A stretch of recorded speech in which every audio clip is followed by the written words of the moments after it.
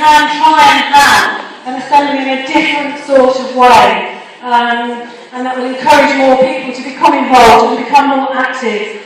And when I got a phone call to say, Penny, all you've got to do is book a room, I'll never leave you alone.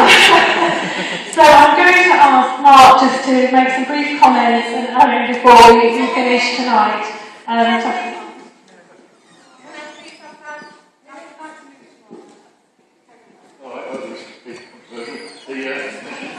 I've got anything really to add other than to say what is clearly the case, which is a brilliant start.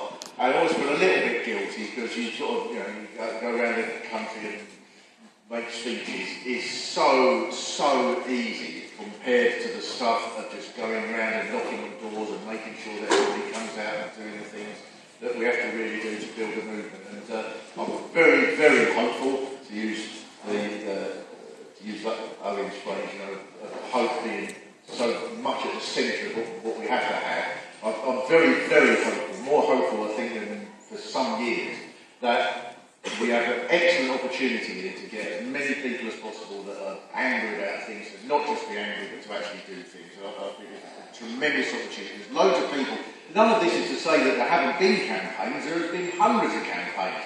The campaigns, certainly in my area of South London, is a brilliant campaign that Sam talked about earlier on about the Lewisham Accident Emergency. Fantastic. It involved everyone in the community, more or less. You walk down certain streets and every single house has a poster in it saying, don't keep calm, get angry and organise it to save the hospital. It's marvellous.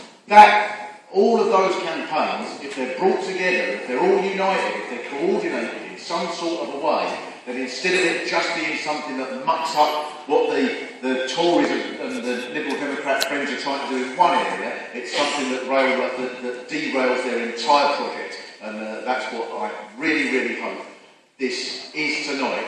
Not just one brilliant meeting, but the start. I hope that in 5 years' time people think, good Lord, the entire horrible system of bankers has all crashed and that I was at the night it began.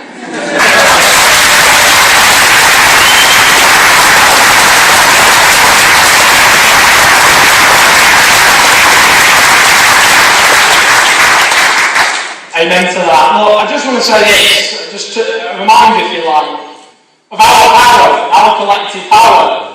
Sometimes we sort of wallow in a sort of defeatist mentality. We think it's just too hard, it's just too difficult. But my favourite quote is this. It's Frederick Douglass, who's a 19th century African-American statesman. And he said this: power conceives nothing without demand. Never did, and it never will. What I meant by that is the only way you get change isn't through the goodwill and generosity of those above. It's through the struggle and sacrifice of people from below who put aside whatever differences they may have to actually collectively unite against one common enemy. And that's what we've got to do. I'll just give you quick examples of how fighting back works. I went to, a few months ago, I went to Leeds and I spoke to some bin collectors. They went on strike against a council, a Lib Dem Tory coalition before it became fashionable, which cut their wages, or tried to cut their wages, by up to a third. And they went on strike for 9 weeks. In bitter, cold winter weather, they got up every day at 5 AM and they manned the pickets. It was a difficult and long struggle. Strikes often glamorised, but they had kids to feed and look after. And they went on strike for 9 weeks. And they won. I'll give you another example. Electricians who went on strike in London against Balfour Beatty, a huge multinational company. And they didn't just go on strike, they took part in occupations. These are just ordinary electricians, radicalised or politicised by an attack by this huge multinational company. And they won. I'll give you another example, UKO and Co. Now what happened with UKO and Co is they tapped into the proud tradition in this country of peaceful civil disobedience. They occupied banks and shops whose owners were taking the mick and avoiding tax on an industrial scale. 3 years ago, no one was talking about tax avoidance, apart from a few wonks on the fringes. Everybody now is talking about it. I'll give you another one which some of you probably won't think I was even born at the time. going to prove you wrong. The struggle against the poll tax. I remember at the age of 5 being taken by my parents. You probably think I look 5 now. I've heard the jokes. I don't think they're funny.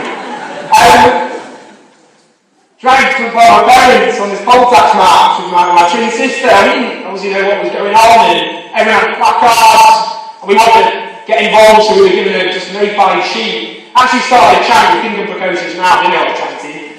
The point is this: millions of people refused to pay that poll tax. People took to the streets across the country, and they won. They not only took down the poll tax, but they helped boot Margaret Thatcher from number 10 itself.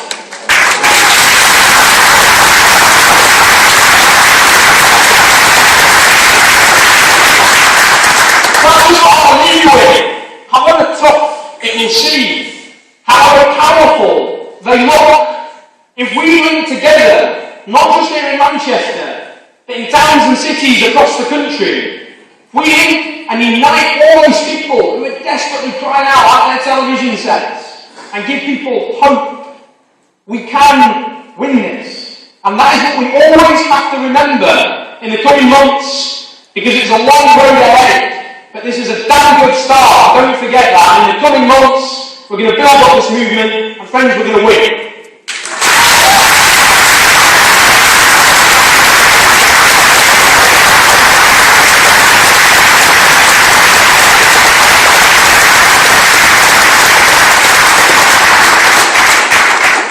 Well, I'd just like to thank the organisers, especially Penny, for inviting me. I'd like to thank all of you.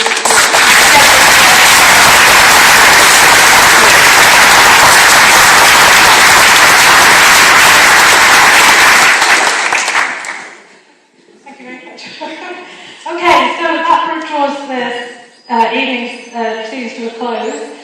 We are very serious, as I said, about the People's Assembly in London. The sign-up sheets are all along the front here, so that even if you've got no money left, because we've taken it all off the collection, and you would like to come to London, that's what we need to know, so we can organise some transport. People who've booked online, we've got your email addresses, so we'll email you about the next actions and planning.